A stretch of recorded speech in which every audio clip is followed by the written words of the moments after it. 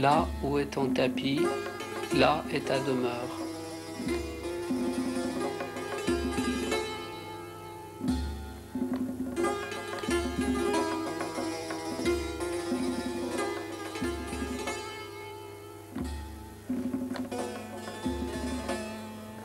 Feridoun Kabiri, vous êtes entouré de tapis, c'est une passion? Oui, c'est une passion. J'étais impliqué dans la fabrication de tapis d'Orient à Point-Noué depuis mon jeune enfance. Dans ma famille, il y avait des gens qui fabriquaient, qui restauraient des tapis d'Orient. Et je voyais toujours des tapis autour de moi. C'est comme ça que vous l'avez appris? C'est comme ça que je l'ai appris. C'est un petit peu comme comment on apprend à tricoter en France quand on est tout petit. On apprend aussi à restaurer et fabriquer un tapis en Orient.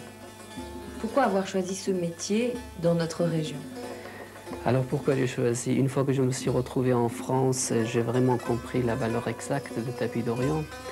Parce que le tapis en Orient, et surtout en Iran, c'est quelque chose de très familier.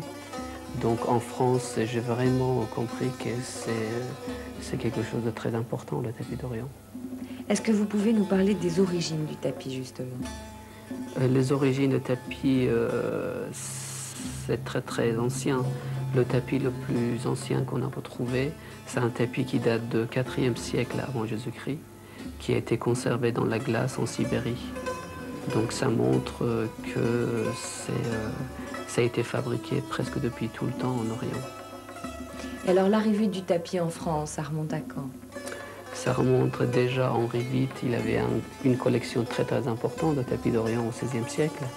Mais vraiment la grande époque de tapis d'Orient en France, c'était surtout au XVIIe siècle parce qu'il y avait une importation très importante.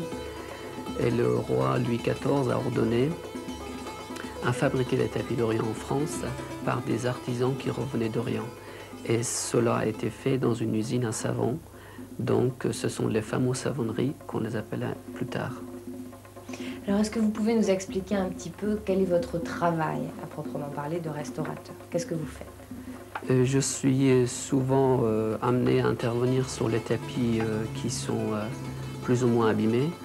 Donc les zones qui sont plus touchées, ce sont les franges, la bordure, surtout les dégâts qui sont amenés par les mites, et aussi même de trous ou d'autres interventions.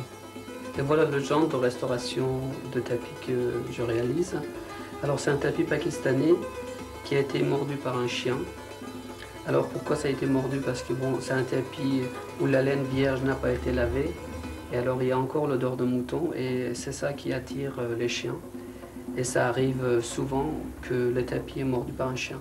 Bon, avant tout, il faudrait enlever toute la partie qui est plus ou moins usée, refaire les chaînes et les trames et de renouer exactement les nœuds en regardant les motifs symétriques de l'autre côté du tapis.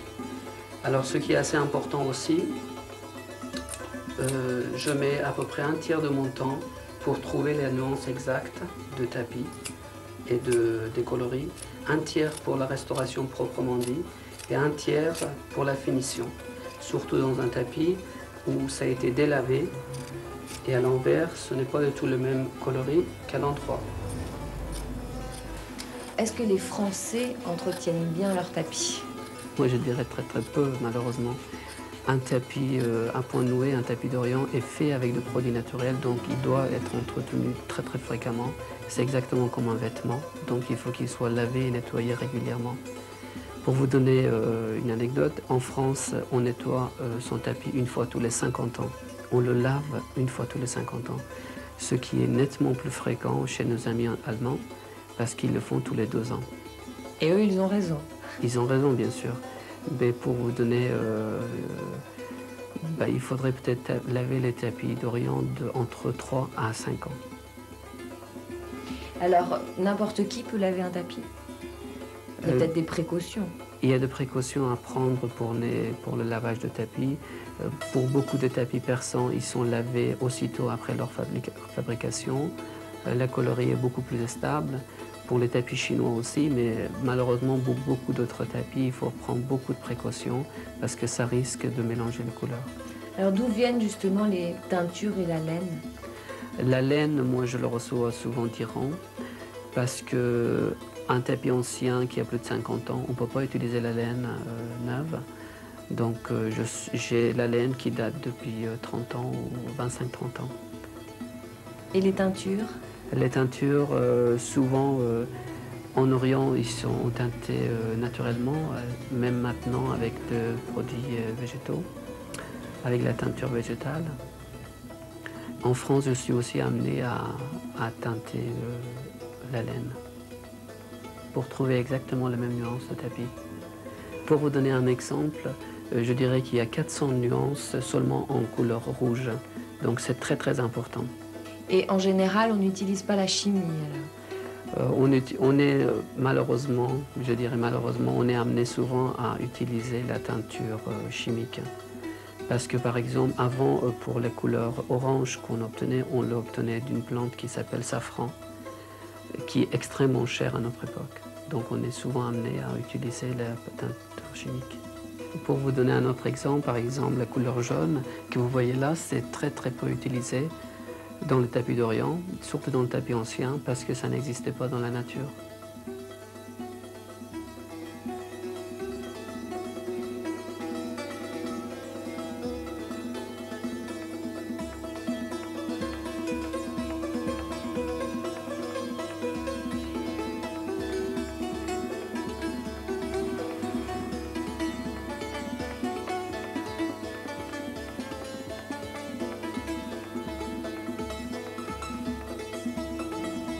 Bon, alors là, c'est un tapis qui est décoloré partiellement, car ils n'ont pas utilisé les mêmes bains de laine, les mêmes bains de couleur, donc je suis ramené à reteinter les parties qui est décolorées.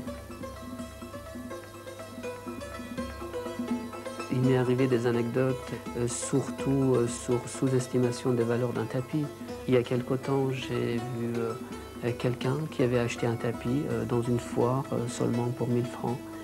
Et c'est un tapis qui ressemblait beaucoup à un tapis mécanique qui sont fabriqués vers le 19e siècle en France. Mais c'était un tapis turc et en soie pure et ça coûtait très très cher. Et il était très très content d'apprendre ça.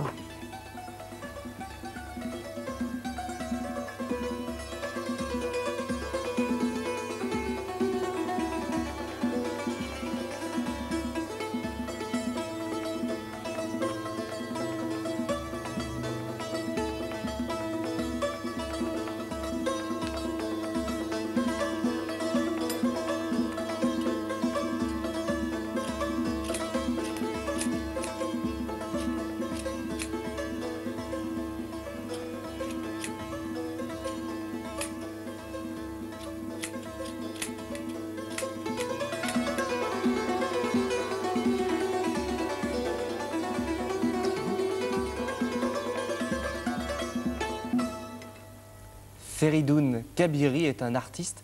Il exerce ses talents à Limoges. Vous avez vraiment le chiche pour trouver des sujets passionnants. J'essaye. Catherine. Alors par contre, bon, on le voit travailler avec une certaine minutie. J'imagine que c'est un métier extrêmement compliqué. Alors imaginons, si on veut apprendre ce métier, qu'est-ce qu'on doit faire?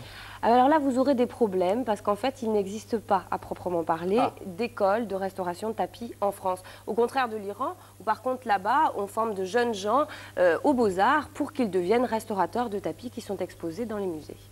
Mais alors, si vraiment vous avez envie d'apprendre, ce que vous pouvez faire, c'est aller voir Feridoun, parce qu'il acceptera, et puis le voir travailler, puisque lui, en fait, il l'explique, il a appris sur le tas, vraiment. Bon, lui, il est héritier donc, de cette tradition. Sa femme, d'ailleurs, sa jeune femme, Brigitte, s'y met, et puis c'est presque devenu un véritable hobby. C'est vrai qu'à ses temps morts, elle aime bien... Catherine, il faut combien d'heures pour restaurer un tapis? C'est très variable. Très variable en fonction des dégâts qu'il y a. Tout à fait variable. Est-ce qu'il existe un must dans ces tapis d'Orient?